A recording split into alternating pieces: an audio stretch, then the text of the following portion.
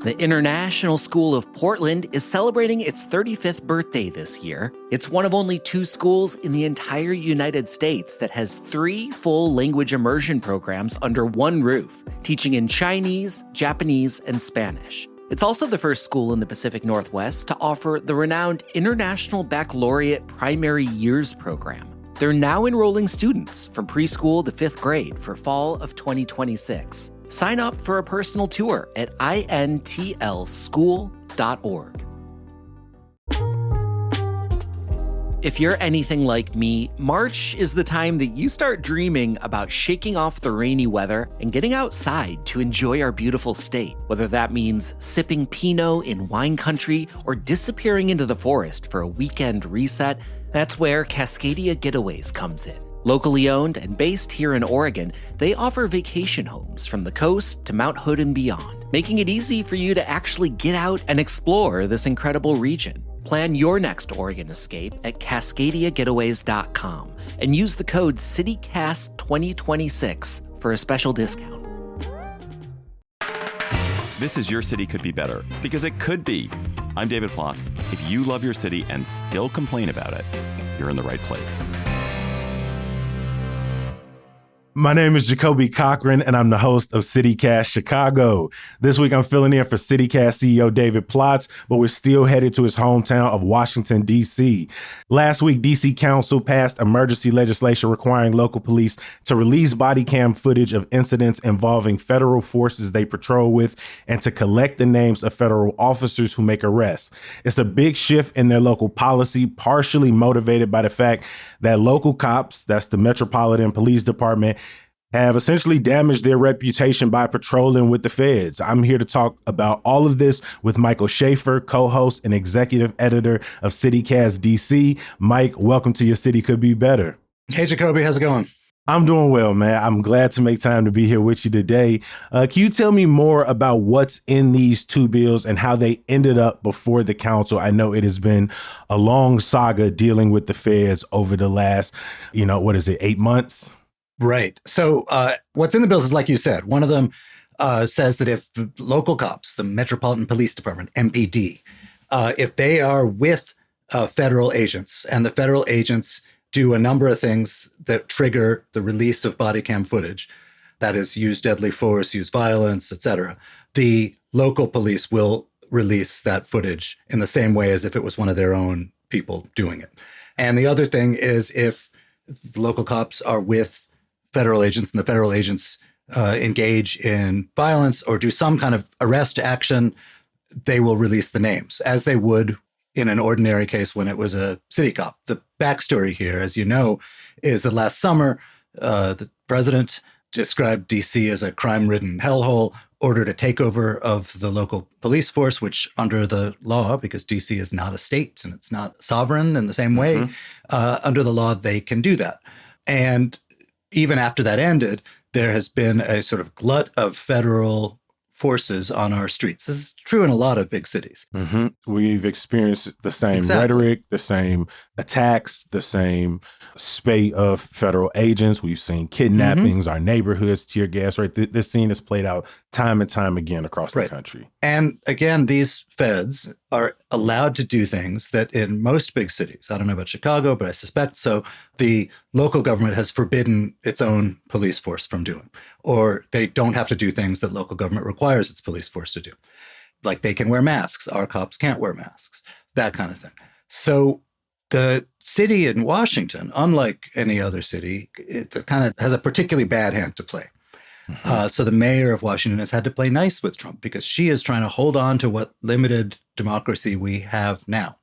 She had a lousy set of hands. She suggested repealing sanctuary city policies. She's downplayed that. Yep. She's pushed back against these bills. Yep. And she has decided that the way to keep things from getting worse is to give on a bunch of things. They tore up the Black Lives Matter mural in the middle of 16th Street by the White House because the Trump people didn't like it. They were claiming that the murals on the street are dangerous for driving, but we know that wasn't the real reason. Right. So I kind of feel for her. She's in a tough spot. But in this case, we have a unanimous majority in the DC Council who voted for these bills. Despite the mayors being against them, she says, well, that's up to Congress to legislate how federal forces behave. That is surely true, but the bill wasn't actually about what federal agencies do. It was about what the city cops do with their body cam footage. That was her out loud argument. We know that the real thinking was, we don't want to give these people cause to come in and take away home rule, to come in and actually take over day-to-day government of the city that is a very blue city. So in this case, though, the council, which has a bunch of difference of opinion on a lot of law enforcement questions, is unanimous, and I think for very good reason. Like, whatever you think about what the rules of engagement between police and communities should be, and whatever you think about what role law enforcement ought to have in the enforcement of immigration laws, Washington and a lot of big cities in the country have done a lot of work to try to rebuild trust between their police and their communities. Washington's police department is still a police department, and there's all kinds of historic issues of trust, but it's a pretty good police department as these things go. This is not some Ferguson, Missouri, shake everybody down kind of force. And they feel like they've done a lot of work to try to keep it that way. And the fact that the mayor has permitted, under duress, the local police to go around town with some of the federal agencies, they think has damaged that a lot. Who local cops that I've talked to view as a bunch of yahoos who have no training like they do and who are a lesser law enforcement agency than they are. Yeah.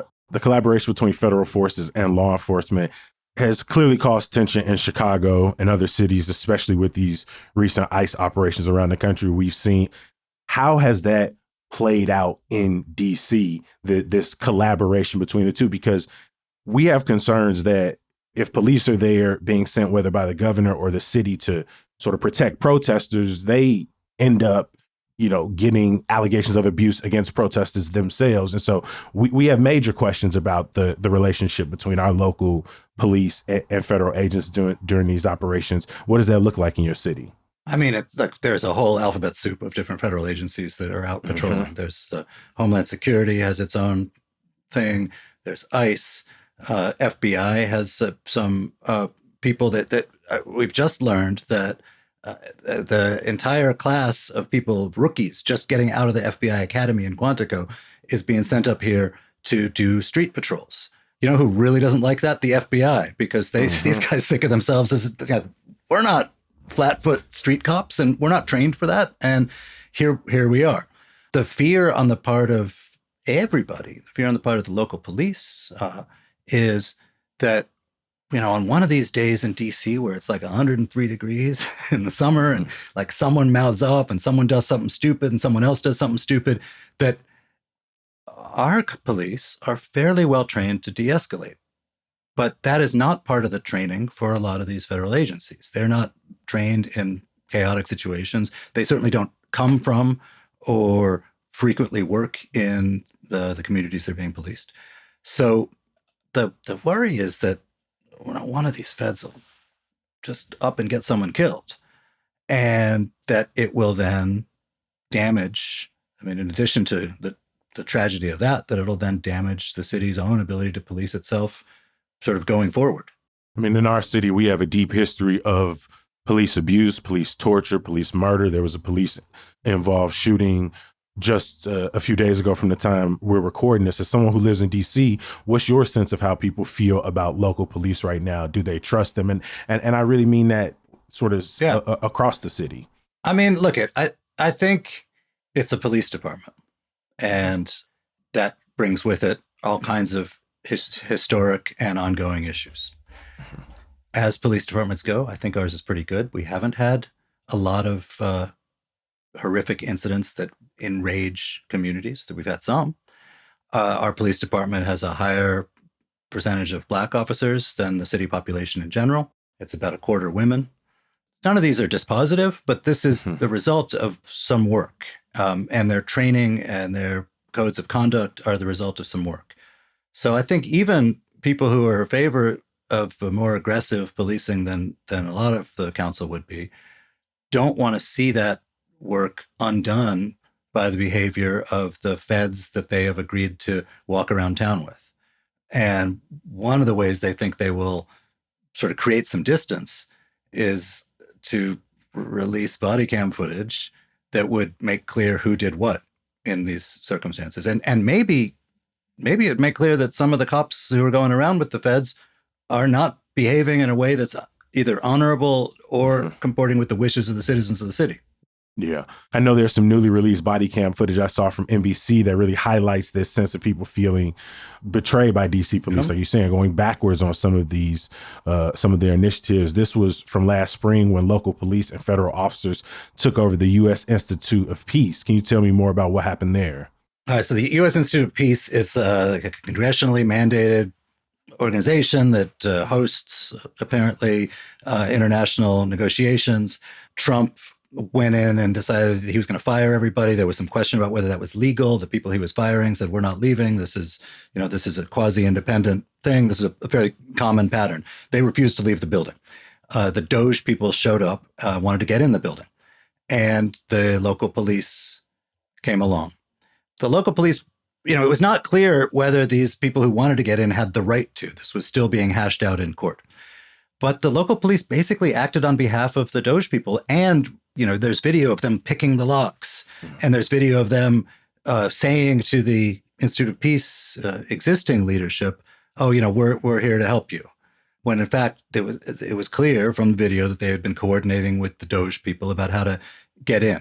That's not quite the same as their behavior out patrolling with ICE, because there was no ICE. The Metropolitan Police Department was the only law enforcement there. But in that case, the cops buddied up to the representatives of the Trump administration. Now, it's not clear to me from those videos whether that was out of agreement with Trump policies or out of they thought that's what they were supposed to be doing. It was a mess, but it was a pretty dishonorable behavior by the police.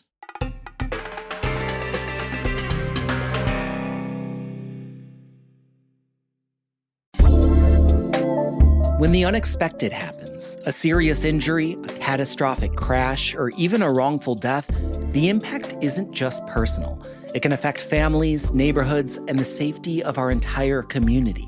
In those moments, you deserve more than legal help. You deserve advocates committed to making Portland safer for everyone. At Diamore Law Group, you're not just getting a lawyer. You're getting a trial team led by veteran attorney Tom Diamore, who has spent over 30 years holding corporations, negligent drivers, and unsafe institutions accountable. From investigating what went wrong to bringing in experts and taking cases all the way to trial, they do the work it takes to protect their clients and prevent the next tragedy. And you don't pay unless they win. Contact Diamore Law Group at 503-222-6333 or visit Diamore Law to schedule a free consultation. They're here to stand up for individuals and for a safer Portland.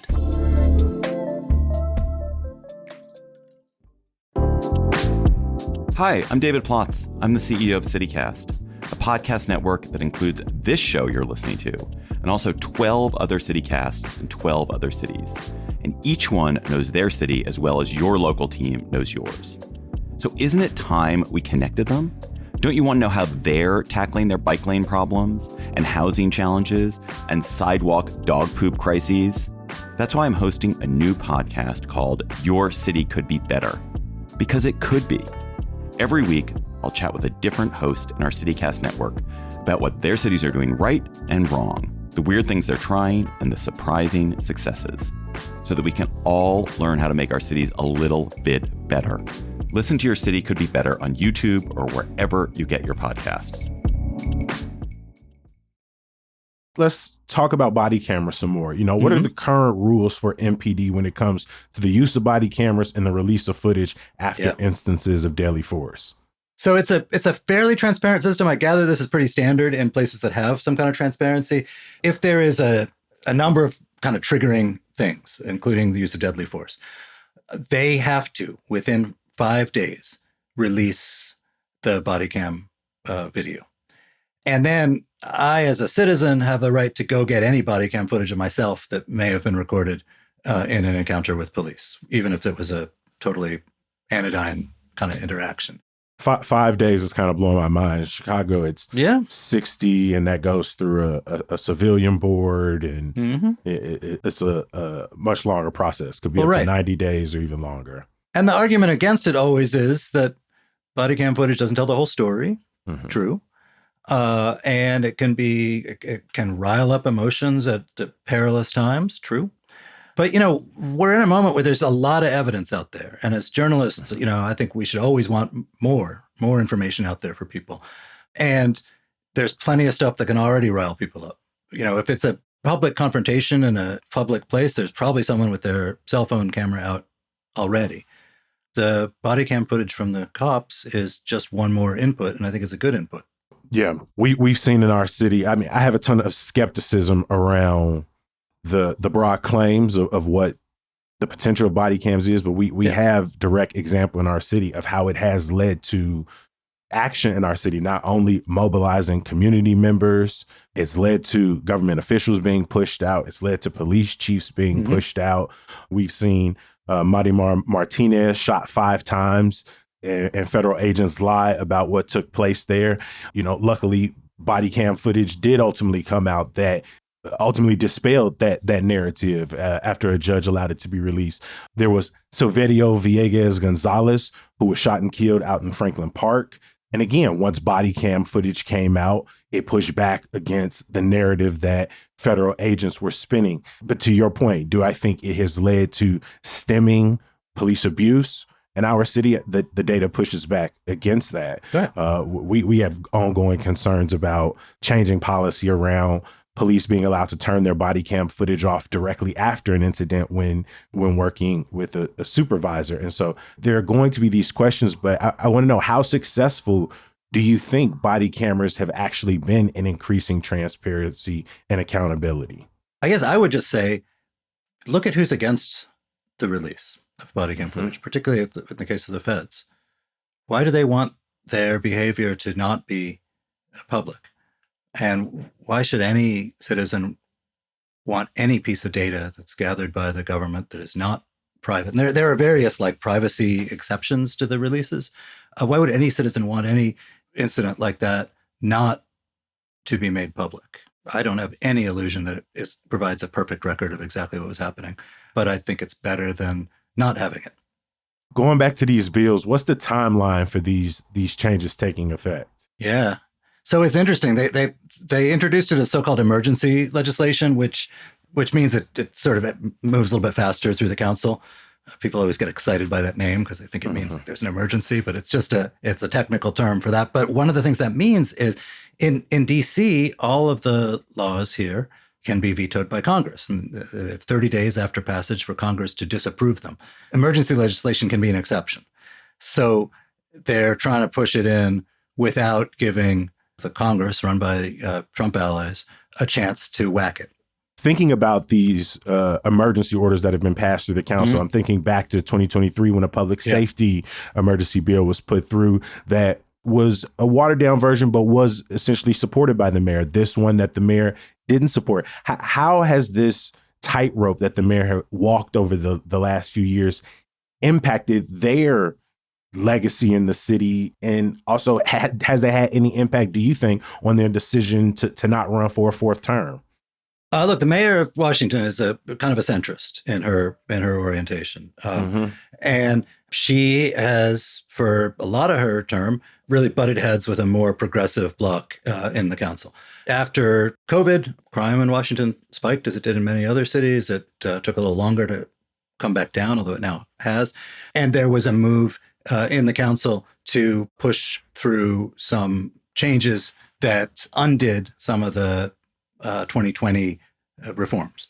Bowser has, I think, kind of won her fight with the progressive bloc in the council. I think the spike in crime, in the sense that there were people in the council who kind of carried themselves with an attitude that if you're complaining about the safety in your neighborhood, you're a Karen.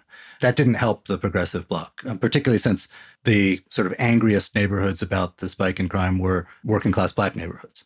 So look, there is always going to be a tension in a city like Washington, where it has very poor neighborhoods and it has a lot of college graduates. And it sort of scrambles the politics a little bit because some of the most progressive people in local politics are themselves like their base is the college graduates, not the sort of historic Black communities. So, Bowser has never been super popular, but she's always gotten 50% plus one. And like serving 3 terms ain't nothing, particularly when those terms include like Trump, COVID, and Trump again. Mm-hmm. How else are people in your city dealing with the heavy federal law enforcement presence and the tensions with, between local and federal agents?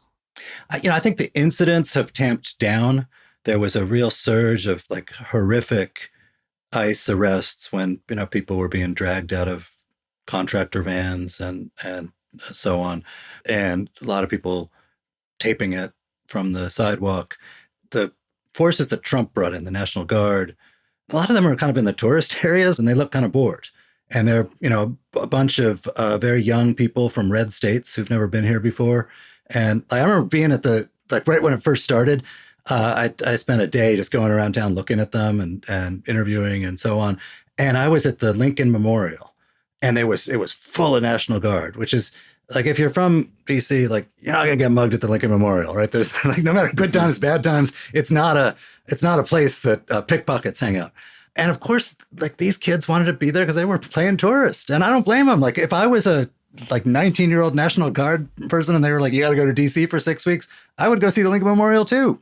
But the point is just to say it has chilled. I think people are offended on a sort of visceral level that, listen, this is our city. We are American citizens. We should have the right to decide how our city is being policed, where it's being policed, and the people doing the policing should answer to us as voters. And because of DC's unique status, that is particularly untrue here. And I think that upsets people on a sort of philosophical level. Mm-hmm. There's been less going on the streets that upsets people on a practical level in the last, 5 months. What do you think listeners can take away from this conversation today to make their own cities better? Well, I think that this question of like what cities do, what local communities do when the feds engage in law enforcement has taken on a whole new meaning in the Trump era. And it puts local authorities in a bind, no matter where. And the ones in D.C. have a harder time with that bind because of their legal status. But are the local police in a regular city out there on behalf of the citizens? Are they there as law enforcement alongside the feds? What are they doing there? And how will the actions of the feds affect them? It's a question for all communities. And, look, we've had enough trouble in this country policing ourselves. This adds a further wrinkle of complication. And it's one that I think a lot of local governments probably are and certainly need to think about. Like, how are we going to protect our own ability to do the job from the consequences of behavior of people who don't answer to us?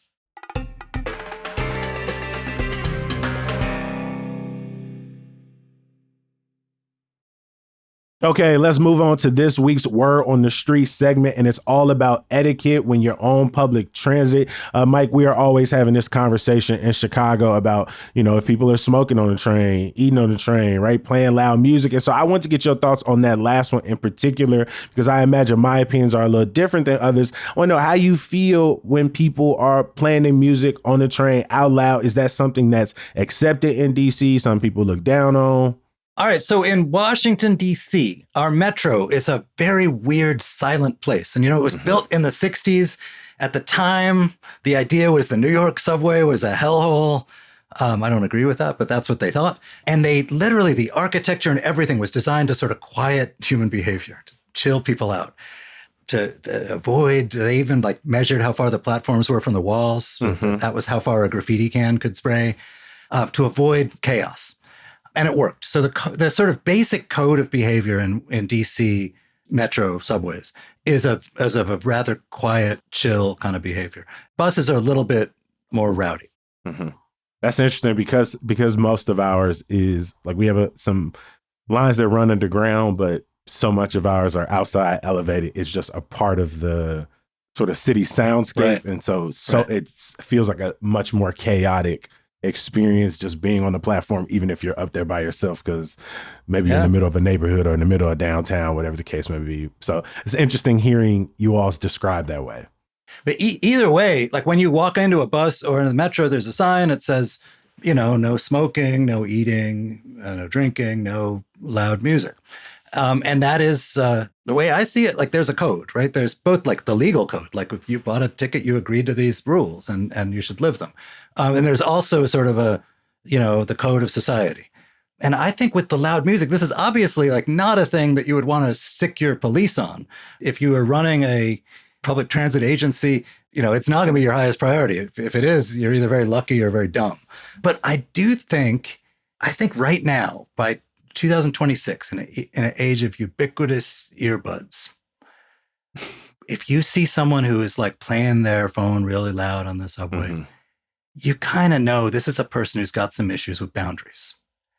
I don't think they're trying to entertain the world or anything like that. I think it's like a thing that we recognize as like socially unusual, norm-breaking behavior. And I think it is human nature when you see someone who is engaging in a boundary-shattering behavior to wonder, like, what other boundaries might this person shatter? And then you start thinking about your physical safety and the safety of the space you're in. So these may be irrational. These may be irrational thoughts. That never crosses my mind. I'm listening to your perspective. For me, not to ignore how other people experience that moment, but 90% of the time I've experienced loud music on the train, I have overwhelmingly enjoyed the music that's been played. The mix of soul music, rap music, R&B. It makes me wonder if the city should just invest in putting a playlist on the train that people can enjoy while they're riding. And if that might be a solution to the experience, I think people are still going to play loud music. I'm more about minding my business, and I usually let people be. But again, I have had so many experiences where I have been sitting there dancing to the music. I have paused my own music to listen to. Some people still got a full radio out there when they're on the train. And so I agree with you. I do, I won't be completely dismissive, right? There are some thoughts around like, why are you doing this? Why you ain't even got like no quarter headphones on you? Like, why don't you do it? Like, if you like it so much. Why don't I play music on the train? Yeah, why don't you play loud music? You probably got good taste. I do, but I'm blowing it right into my own ears. I pay too much money for my headphones. But that's what I mean. It's like, why don't you want to blow into everyone else's ears? Share the joy.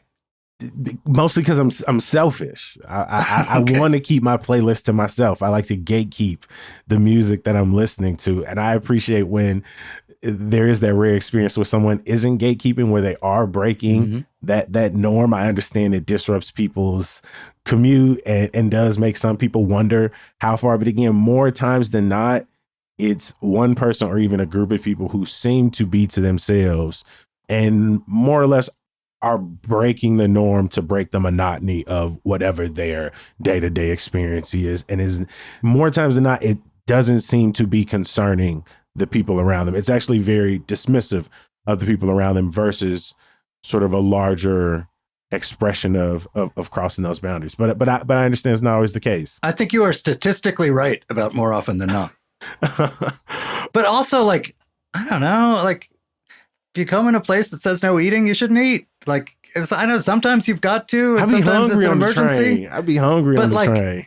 But, you're like, I don't know. I just feel like you should follow rules unless the rules are like unjust, in which case you should consciously and intentionally break them and work to have them changed. Mm-hmm. I hear that last part.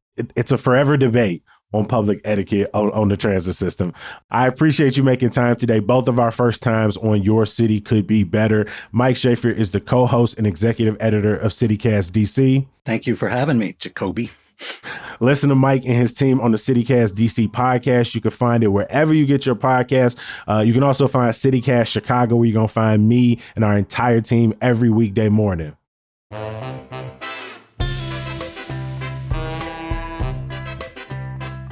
That's all for today's episode of Your City Could Be Better. I'm Jacoby Cochran. Our producers were Lizzie Goldsmith, Priyanka Tilve, Simone Alicea, Annie Reese, and Mike Schaefer. Our music is by Carl Christensen. If you're enjoying the show, please share us with your friends and family, rate and leave a review wherever you get your podcast. David Plotz will be back in the host chair next week with another conversation about how your city could be better. Peace.